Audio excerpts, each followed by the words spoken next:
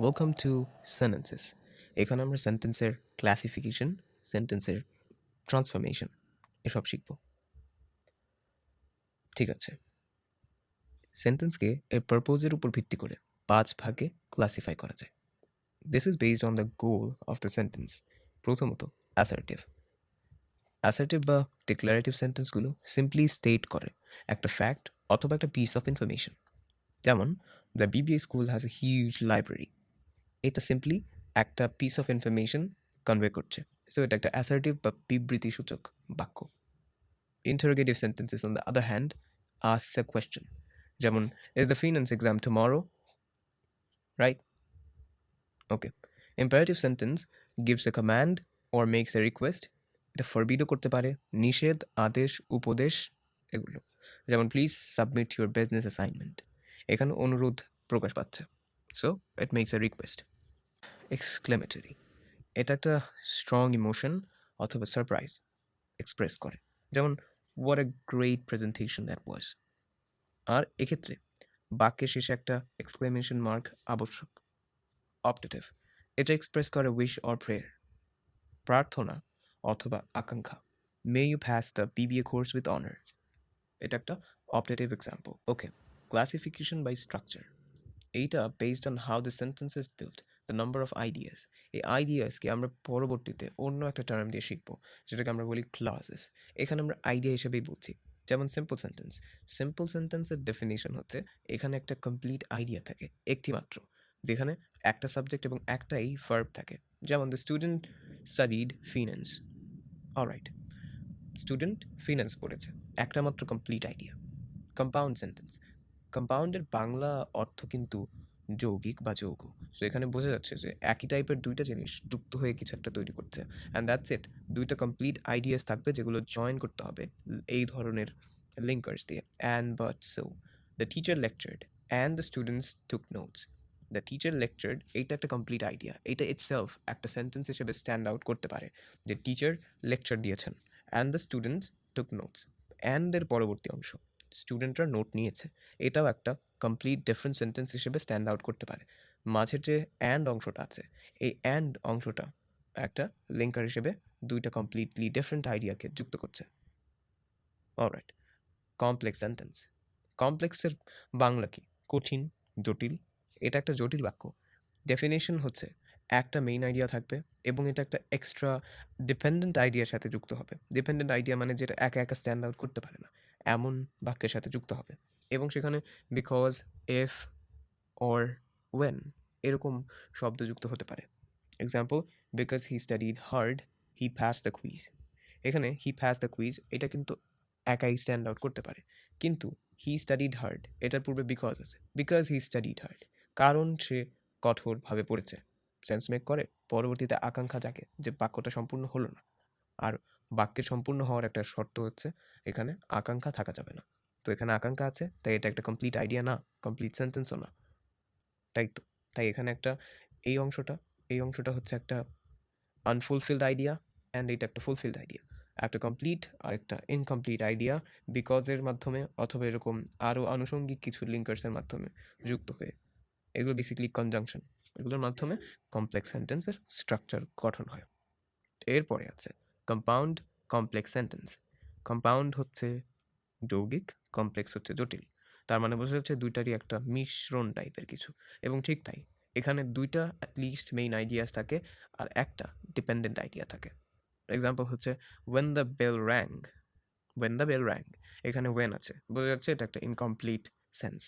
আর পরবর্তী অংশ the teacher left, এটা কিন্তু ইটসেলফ স্ট্যান্ড আউট করতে পারে, তার মানে একটা সিম্পল আইডিয়া এটা। But the students stayed to talk. But the students stayed to talk, এখানে যে বাট অংশটা দেখছো এটা কিন্তু একটা কম্পাউন্ড স্ট্রাকচার তৈরি করছে। আর শুরুতে যে ওয়েন আছে এটা কিন্তু একটা কমপ্লেক্স স্ট্রাকচার তৈরি করছে। তার মানে এটা একই সাথে একটা কম্পাউন্ড আর একটা কমপ্লেক্স স্ট্রাকচার। এই চারটা পুরো জিনিসটা সামারাইজ করে। সিম্পলের ক্ষেত্রে একটা মেইন আইডিয়া থাকে আর কোনো কানেক্টর থাকে না। কম্পাউন্ডের ক্ষেত্রে দুইটা মেইন আইডিয়া থাকে, কানেক্টর হিসেবে অ্যান্ড, বাট, অর, সো থাকতে পারে। কমপ্লেক্সের ক্ষেত্রে একটা মেইন আইডিয়া থাকে, একটা এক্সট্রা আইডিয়া থাকে, আর এখানে কানেক্টর হিসেবে বিকজ, অলদো, ইফ এগুলো থাকতে পারে। এখন These concepts are formally recognized as clauses. অর্থাৎ আইডিয়া যে বললাম, আইডিয়াগুলো কিন্তু ফর্মালি clauses বলা হয়। With the foundation in place, let us explore the distinct characteristics of clauses and phrases to understand how they function as the building blocks of the English language. So, clauses. A clause is a group of words that contains both a subject and a verb. একটা ক্লজের মধ্যে subject এবং verb দুইটাই থাকে। It is a structural unit that forms part of a sentence or in some cases an entire sentence on its own. অর্থাৎ এটা এমন একটা structural unit, একটা বাক্যের মধ্যে অনেকগুলো ক্লজেস থাকতে পারে, অথবা একটা ক্লজই এন্টায়ার বাক্যটাকে কমপ্লিট করতে পারে on its own. So in English grammar, every fully constructed sentences is built from one or more clauses, and the presence of a subject and verb distinguishes clauses from phrases. অর্থাৎ প্রত্যেকটা sentence আছে যেগুলো প্রত্যেকটাই একটা বা একাধিক clause দ্বারা তৈরিকৃত, এবং presence of A subject and verb, এই যে স্ট্রাকচারের মধ্যে সাবজেক্ট এবং ভার্বের উপস্থিতি অনুপস্থিতি, এটা ডিস্টিংগুইশ করে ক্লজেস ফ্রম ফ্রেজেস। ক্লজ এবং ফ্রেজেসের মধ্যে যে ডিফারেন্সিয়েশন, সেটাই এটার মাধ্যমে করা হয়ে থাকে। So let's have a look at clause versus phrase. A clause always contains a subject and a verb, whereas phrase doesn't contain both. একটা ক্লজের মধ্যে সাবজেক্ট এবং ভার্ব দুইটাই থাকে, কিন্তু ফ্রেজের মধ্যে দুটাই থাকে না। A phrase may provide additional information within a clause, but cannot independently express a complete idea. একটা ক্লজ কখনো কখনো পুরো একটা আইডিয়াকে জেনারেট করতে পারে। যেমন আমরা যখন আইডিয়া দিয়ে সিম্পল কমপ্লেক্স কম্পাউন্ড বুঝছিলাম, তখন দেখেছি যে একটা ইন্ডিপেন্ডেন্ট আইডিয়া হতে পারে যেটা complete sentence as its own, আর আরেকটা হচ্ছে ডিপেন্ডেন্ট আইডিয়া। ওয়্যারঅ্যাজ ফ্রেজেস কখনো অ্যাডিশনাল ইনফরমেশন দেওয়া ব্যতীত অন্য কিছু করতে পারে না, ইন্ডিপেন্ডেন্টলি একটা কমপ্লিট আইডিয়া এক্সপ্রেস করতে পারে না। That is it. আচ্ছা, দ্য ক্লজ ডেফিনিশন। এটা হচ্ছে একটা group of words that contains both a subject, doer, and a verb, যেটা হচ্ছে অ্যাকশন।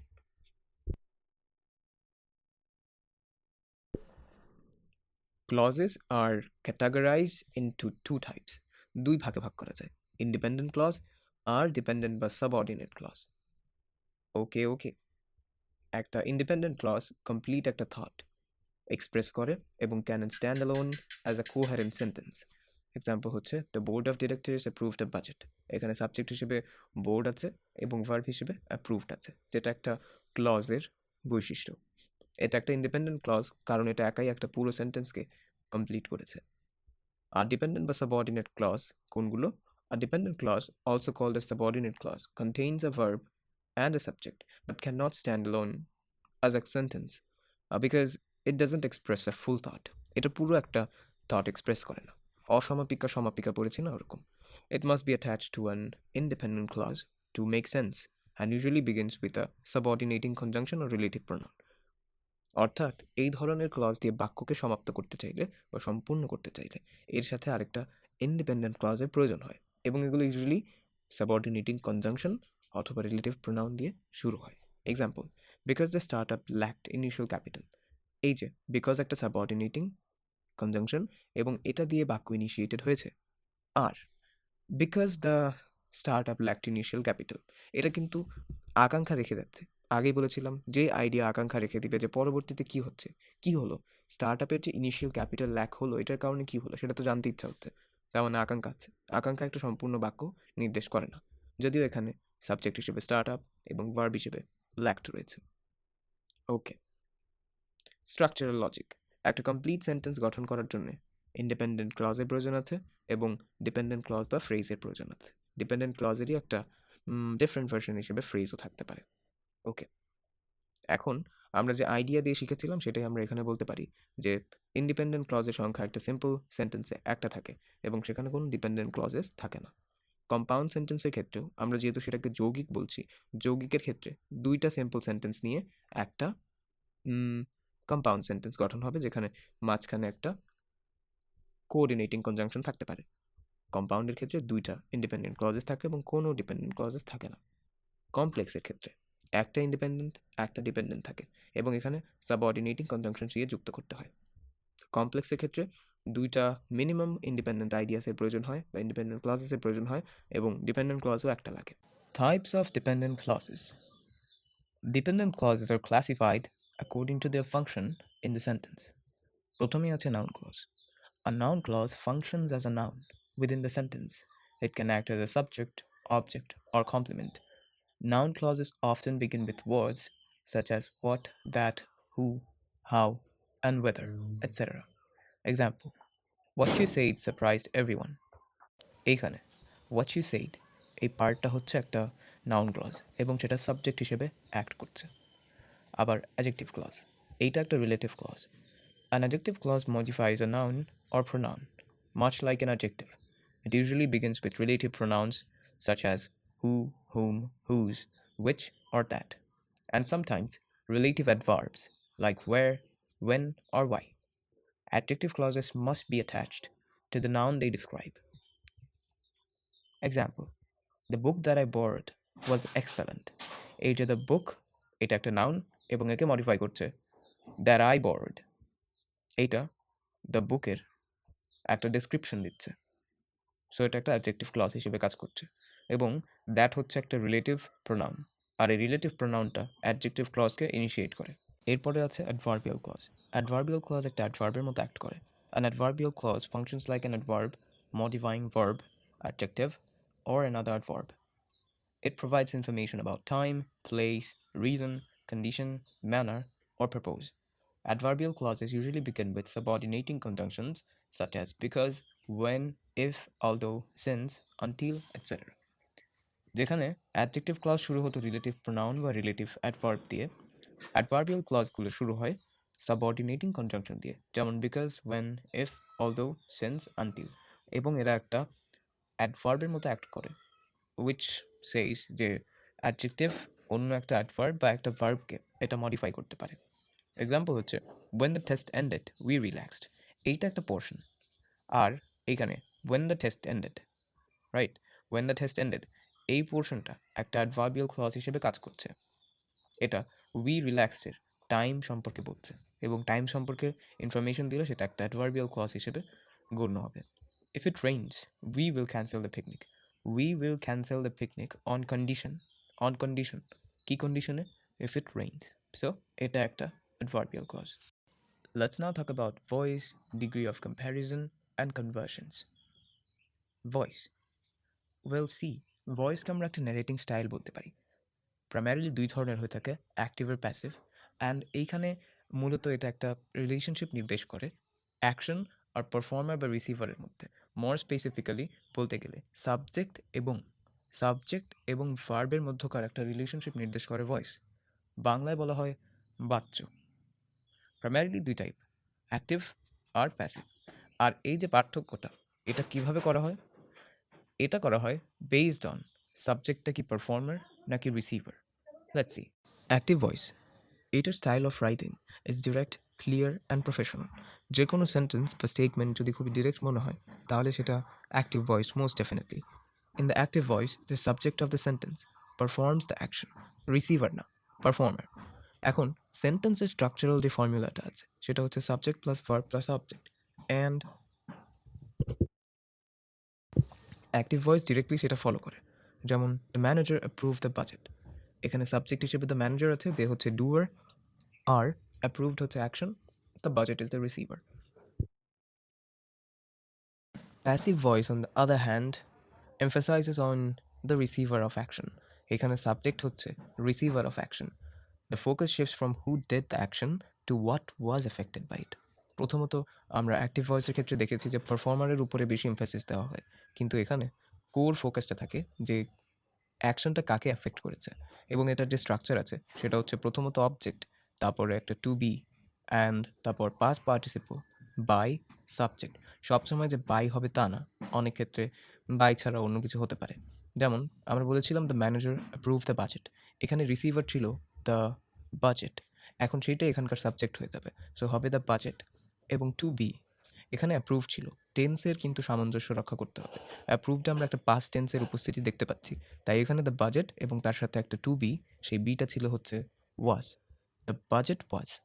আর অ্যাপ্রুভ তো কোর ভার্ব, সেটার পাস্ট পার্টিসিপল ফর্ম, তার সাথে বাই এবং কে পারফর্ম করেছে সে হবে অবজেক্ট, অর্থাৎ দ্য ম্যানেজার। অলরাইট, এখানে সাবজেক্ট এবং অবজেক্টটা শিফট হয়, ঠিক আছে, সাবজেক্ট হচ্ছে the budget, action was approved, and agent the manager. Got it. The degree of comparison, এইটা একটা ফিচার রিলেটেড টু অ্যাডজেক্টিভস আর adverbs. It is use to compare the quality, quantity আর manner of one person or thing with another. দুই বা ততোধিক বস্তুর মধ্যে কোনো একটা কোয়ালিটি, কোয়ান্টিটি বা ম্যানারের তুলনা করার জন্য ডিগ্রি ব্যবহার করা হয়, এবং এটা বেসিক্যালি অ্যাডজেক্টিভ বা অ্যাডভার্বসের একটা ফিচার। এইটাকে প্রধানত 3 ভাগে ভাগ করা যায়: positive, comparative and superlative. Let's see. Positive degree. Positive degree হচ্ছে the simplest form of adjective. বলতে পারি ডিরেক্টলি একটা ডিসক্রিপশন বা একটা স্টেটমেন্ট। যেমন this is a profitable business, এইটা একটা প্রফিটেবল বিজনেস, এখানে কারো তুলনা করা হচ্ছে না, it itself is profitable. The bag is heavy, এটাও ব্যাগের একটা স্বকীয় বৈশিষ্ট্য প্রকাশ করছে, আলাদা কোনো তুলনা করা হচ্ছে না। অন্যদিকে কম্প্যারেটিভ ডিগ্রির ক্ষেত্রে it is use to compare to people, things or groups. It denotes a higher or lower degree of quality. উদাহরণ, the business is more profitable than the last one. এখন এই ধরনের যেই তুলনা থাকে, যেখানে দুইটা টার্মের মধ্যে তুলনা হচ্ছে, যেমন this business and the last one, এখানে একটা বিষয় উজ্জ্ব থাকে। যেমন this business is more profitable than the last one was, এখানে একটা ওয়াজ ভার্ব ছিল, সেই পার্টটা কিন্তু এখানে উল্লেখ করা হচ্ছে না। আবার this bag is heavier than that one was, right? So this is it. And এখানে ডিগ্রি ইউজ করা হয় কম্প্যারেটিভ অ্যাডজেক্টিভের কম্প্যারেটিভ ফর্ম, যেমন মোর প্রফিটেবল। Got it? আবার এখানে আছে হেভিয়ার। আচ্ছা, সুপারলেটিভ ডিগ্রির ক্ষেত্রে এটা কম্পেয়ার করা হয় 3 বা তার থেকেও বেশি আইটেম। এটা খুবই জেনারিক একটা স্টেটমেন্ট হয়ে গেল, বাট যখন আমরা কনভার্সন দেখবো তখন আরও বিস্তারিত দেখবো। It denotes the highest or lowest degree of quality. এক্ষেত্রে হাইয়েস্ট অথবা লোয়েস্ট এই দুইটা পরিমাপ করা হয়। যেমন this is the most profitable business in the city, এটা সর্বাপেক্ষা প্রফিটেবল। এখানে তুলনাটা এমনভাবে করা হচ্ছে যে এটা অতুলনীয়, সবার থেকে ভালো। This is the heaviest bag of all, সবার থেকে heavy, right? So this is the form. এখন আমরা একটু রুলস অ্যাট এ গ্ল্যান্স দেখে নিই। পজিটিভ ডিগ্রির কিছু স্টেটমেন্ট লেখার পদ্ধতি বা প্রসিডিওর আছে, আবার সেখান থেকে কনভার্ট করে কম্প্যারেটিভ বা সুপারলেটিভে যাওয়ারও কিছু পদ্ধতি আছে, নর্ম আছে। যেমন প্রথমে আছে নো আদার। কোনো একটা বাক্যে নো আদার উল্লেখ থাকলে সেটার কম্প্যারেটিভ করার সময় দ্যান এনি আদার অথবা দ্যান অল আদার, এই দুইটা স্টেটমেন্টের উপস্থিতি লক্ষ্য করা যায়। আর সিমিলার স্টেটমেন্টে দা থাকতে পারে সুপারলেটিভে। ভেরি ফিউ থাকলে দেন, মেনি, মোস্ট বা ফিউ আদার, অ্যান্ড সুপারলেটিভে ওয়ান অফ দ্য। অ্যাফার্মেটিভ থাকলে কম্প্যারেটিভে সেটা নেগেটিভ হয়ে যায় এবং এক্ষেত্রে কোনো সুপারলেটিভ ফর্ম থাকে না। আবার নেগেটিভের ক্ষেত্রে অ্যাফার্মেটিভ কম্প্যারেটিভে হয়ে যায়, এটার কোনো সুপারলেটিভ থাকে না। এখন আমরা গ্র্যান্ড স্ট্রাকচার একটু দেখি। সো প্রথম রুলগুলো এখান থেকে খুবই অ্যাম্বিগিয়াস বা মেসি লাগতে পারে, ক্লাটার্ড লাগতে পারে, তাই আমরা একটু বিস্তারিত দেখি। যে no other platform is as good as BBA school, এইখানে একটা স্ট্রাকচার দেখতে পাচ্ছি যে প্রথমে আছে no other, this is constant, তারপর এটা হচ্ছে NP1। NP1 বলতে এই প্ল্যাটফর্মটাকে বোঝাচ্ছে। তারপরে ভার্ব লাগবে, এখানে একটা বি ভার্ব যেটা হচ্ছে ইজ। অ্যাজ প্রথমে থাকবে, এটা স্ট্রাকচারের জিনিস। এরপরে একটা পজিটিভ অ্যাডজেক্টিভ থাকবে, গুড। গুড হচ্ছে একটা পজিটিভ অ্যাডজেক্টিভ। তারপর আরেকটা অ্যাজ, শেষে থাকবে NP2 which is this BBA school, right? Okay, এটাকে যখন কম্প্যারেটিভে নেব তখন NP2টা যে ছিল, NP2, see this is NP2, right? NP2টা সাবজেক্টের স্থলে চলে আসছে, বিবিএ স্কুল, তারপর ভি। সো আমরা এখানে বি ভার্ব ইউজ করছি। BBA school is comparative, comparative form হচ্ছে গুডের better. So better than any other, than any other. এখানে নো আদার ছিল, এই কারণে দ্যান এনি আদার আসছে, রাইট? এখানে কিন্তু দ্যান অল আদারও বসানো যেত। দ্যান এনি আদার প্ল্যাটফর্ম, ঠিক আছে? প্ল্যাটফর্ম ছিল NP1, সেটা শেষে বসেছে। আবার এইটা যখন সুপারলেটিভ ফর্মে যাবে তখন প্রথমেই থাকবে NP2 which is BBA school, and এরপরে থাকবে ভার্ব যেটা হচ্ছে ইজ, তারপরে দ্য। এই দ্য পার্টটা এখানকার কনস্ট্যান্ট একটা পার্ট, দ্য সবসময়ই থাকবে। দ্য বেস্ট প্ল্যাটফর্ম, ওকে। আর এই বেসটা ছিল হচ্ছে superlative adjective form degree. Rule 1 clear? ঠিক আছে, এটা কিছু প্র্যাকটিস করলে খুবই সহজে বোঝা যাবে। রুল 2 হচ্ছে ভেরি ফিউ যুক্ত বাক্য। ভেরি ফিউ যদি থাকে শুরুতে, তারপরে NP1, প্ল্যাটফর্মস, তারপর ভার্ব, এখানে আর আছে। Very few platforms, very few, যেহেতু ভেরি ফিউ হচ্ছে একটা প্লুরাল সাবজেক্টকে রিকোয়ার করে এর পরে, এজন্য এই যে প্ল্যাটফর্মস আর তার সাথে আবার আর লাগছে, কারণ platforms plural, right? Okay, very few platforms are as good as BBA school. পরের অংশটা একদম নো আদারের মতোই পজিটিভের ক্ষেত্রে। কম্প্যারেটিভের ক্ষেত্রে প্রথমে বিবিএ স্কুল নিতে হয়, তারপর ইজ বেটার, তারপর দেন। এইখানে প্রথমে আমরা দেখেছি দ্যান এনি আদার এই পার্টটা, কিন্তু এক্ষেত্রে দ্যান মোস্ট আদার। কেন?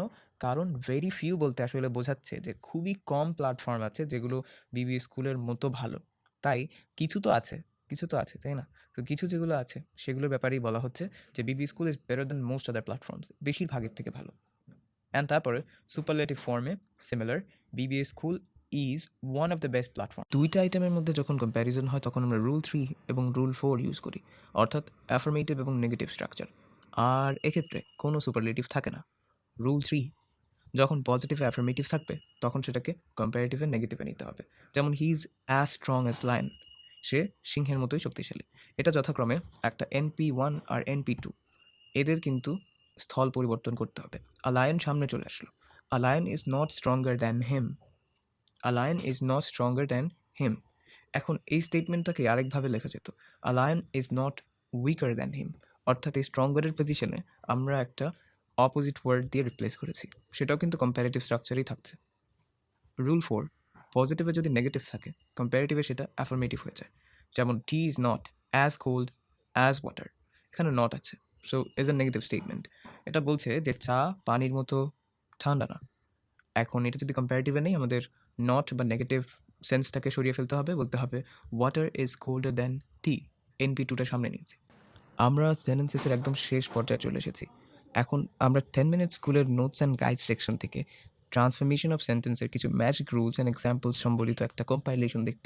এটা আমাদের পুরো জিনিসটা সামারাইজ করা বা রিক্যাপ করায় সাহায্য করতে পারে। Let's have a look. So এখানে যেই ক্যাটাগরিজ অফ ট্রান্সফরমেশন দেখব, simple, complex, compound, affirmative, negative, এরকম সিম্পল যেই ট্রান্সফরমেশনগুলো আছে, আর পজিটিভ, কম্প্যারেটিভ এবং সুপারলেটিভ, এটাও দেখব। সিম্পল, কমপ্লেক্স আর কম্পাউন্ড। সিম্পল সেন্টেন্সের মধ্যে একটা ক্লজ থাকে, আর কমপ্লেক্স ও কম্পাউন্ডের মধ্যে একাধিক ক্লজেস থাকে, যেখানে কম্পাউন্ডের মধ্যে দুইটাই ইন্ডিপেন্ডেন্ট ক্লজেস হয় এবং তারা একটা কোঅর্ডিনেটিং কনজাংশন দিয়ে যুক্ত হয়। আর কমপ্লেক্সের ক্ষেত্রে একটা সাবঅর্ডিনেটিং কনজাংশন দিয়ে ইনিশিয়েট হওয়া সাবঅর্ডিনেট ক্লজ থাকে, আর একটা ইন্ডিপেন্ডেন্ট ক্লজ থাকে। এইটা খুবই ডেফিনেট একটা স্ট্রাকচার। সিম্পলে আছে হি অ্যাডমিটেড হিজ গিল্ট, কমপ্লেক্সে গেলে সেটা হচ্ছে হি admitted that he is guilty. এখানে হি অ্যাডমিটেড পোর্শনটা কি একটা ইন্ডিপেন্ডেন্ট ক্লজ? না, এটা একটা ডিপেন্ডেন্ট পোর্শন যেটা আকাঙ্ক্ষা রেখে যাচ্ছে। তাই এখানে হি ইজ গিলটি এই পার্টটা একটা ইন্ডিপেন্ডেন্ট ক্লজ, এই দুইটা যুক্ত হচ্ছে সাবঅর্ডিনেটিং একটা পার্ট দিয়ে। ওকে, আর কম্পাউন্ডের ক্ষেত্রে, কম্পাউন্ড যেহেতু যৌগিক, তার মানে এখানে দুইটা অংশ থাকবে এমন যারা একদম কি বলে সিম্পল। যেমন হি ইজ গিলটি আর হি অ্যাডমিটেড দ্যাট, দুইটাই কমপ্লিট আইডিয়া এবং তারা অ্যান্ড দিয়ে যুক্ত হচ্ছে। Okay, this is that. এখন কিছু ট্রান্সফরমেশন রুল দেখা যাক। রুল নাম্বার 1, সিম্পলে যদি ভার্ব প্লাস আইএনজি থাকে, যেমন বিইং ফায়ার্ড, শি ক্রাইড। এখন এটা যখন কমপ্লেক্সে যাবে তখন কি হবে? কমপ্লেক্সে আমরা জানি যে একটা সাবঅর্ডিনেটিং ক্লজ থাকে। So as she was fired, এই পার্টটা একটা সাবঅর্ডিনেটিং ক্লজ, এবং শি ক্রাইড একটা ফুলফিলিং আইডিয়া কনভে করছে। So as she was fired she cried, যখন বিইং থাকবে বা ভার্ব প্লাস আইএনজি থাকবে তখন অ্যাজ যুক্ত হবে, বা সিন্সও হতে পারতো, since she was fired she cried.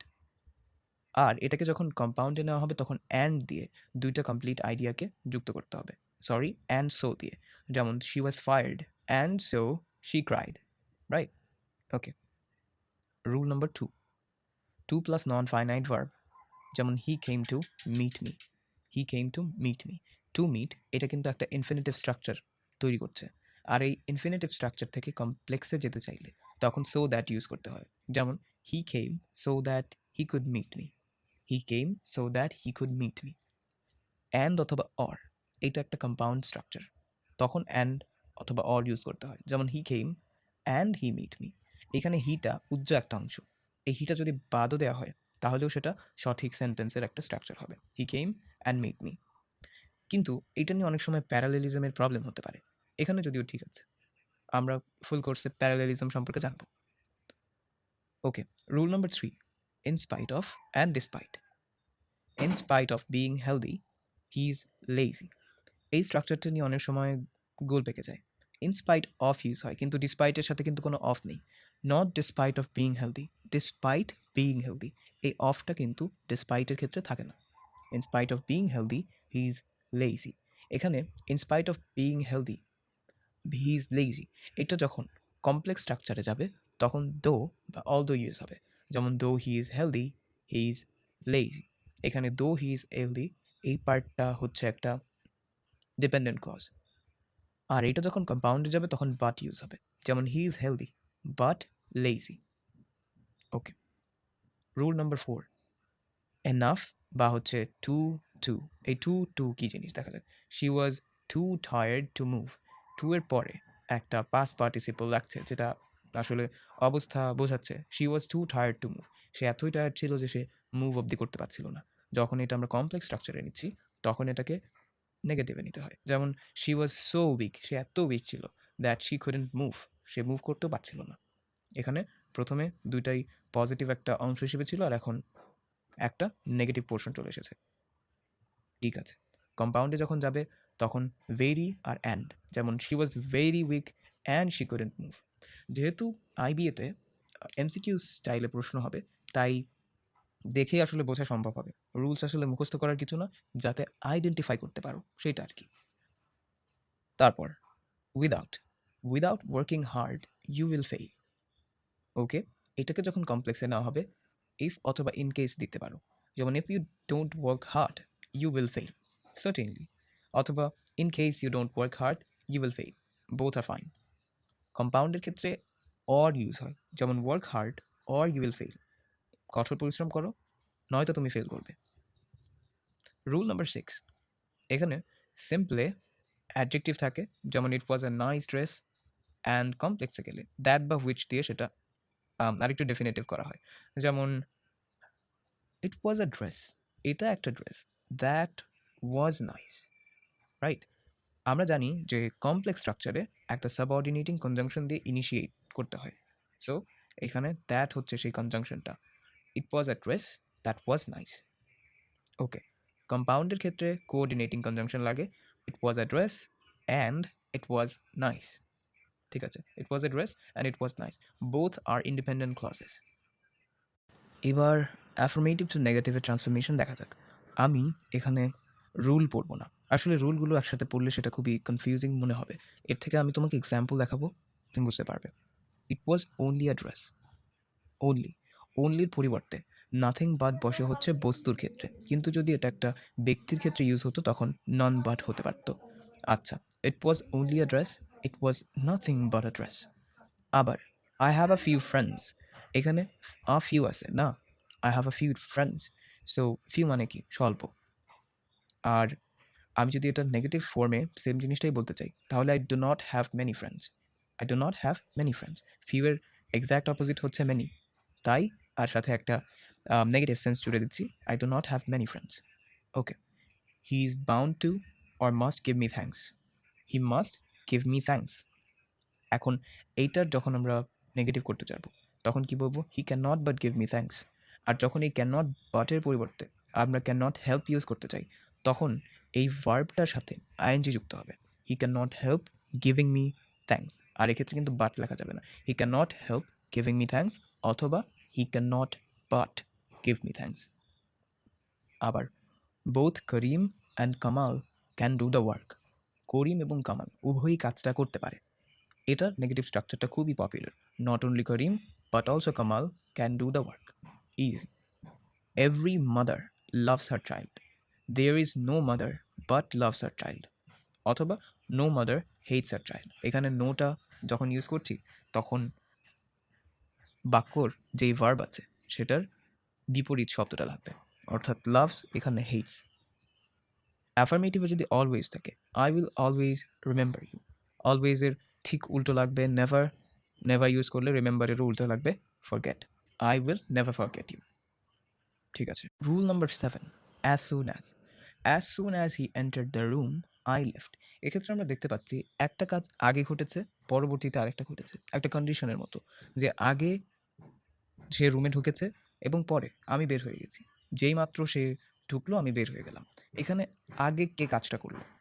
আগে কাজ করলো কিন্তু সে রুমে ঢুকলো। সো যে কাজটা আগে হয়েছে সেটা পারফেক্ট, আর যেটা পরে হয়েছে সেটা পাস্ট ইনডেফিনিট। যেমন no sooner had he entered the room then I left. এটা একটা popular structure, no sooner had এবং পরে দেন। যে কাজটা আগে হয়েছে সেটা নো সুনার হ্যাডের পরে ইউজ করতে হবে, যেমন no sooner had he entered the room then তারপরে আই লেফট। ওকে, তারপর my father sometimes smokes, sometimes not always. So এটাই করতে হবে যে my father doesn't always smoke. এই স্মোকসের যে এসটা আছে সেটা ডু এর সাথে প্রথমে নিয়ে আসছি, কারণ এখানে আমরা ডোন্ট বলতে চাচ্ছি। সো ডোন্টের সাথে তো ডাজেন্ট করতে হয়, কারণ এটা third person singular number. My father doesn't always smoke, sometimes ছিল সেটার ডিরেক্ট উল্টা always. Transformation of assertive to interrogative. If the given sentence is affirmative or positive, you have to change it to the negative interrogative. While it is negative, you have to change it to pair interrogative. Example, he is playing football.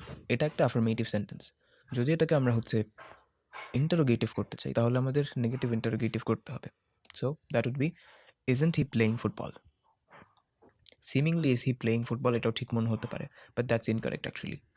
If the given sentence is already in negative, it will be transformed into affirmative interrogative or bare interrogative. যেমন he isn't playing football. So the correct form of it is he playing football and not isn't he playing football. আরও কিছু example, he never cooks food. এরকম থাকলে does he ever cook food? never এর পরিবর্তে ever হয়েছে। None can do this. none এর পরিবর্তে who চলে আসে, who can do this. Every man must die. Is there any man who will not die? এরকম হতে পারে, আর এমনও হতে পারে who must die.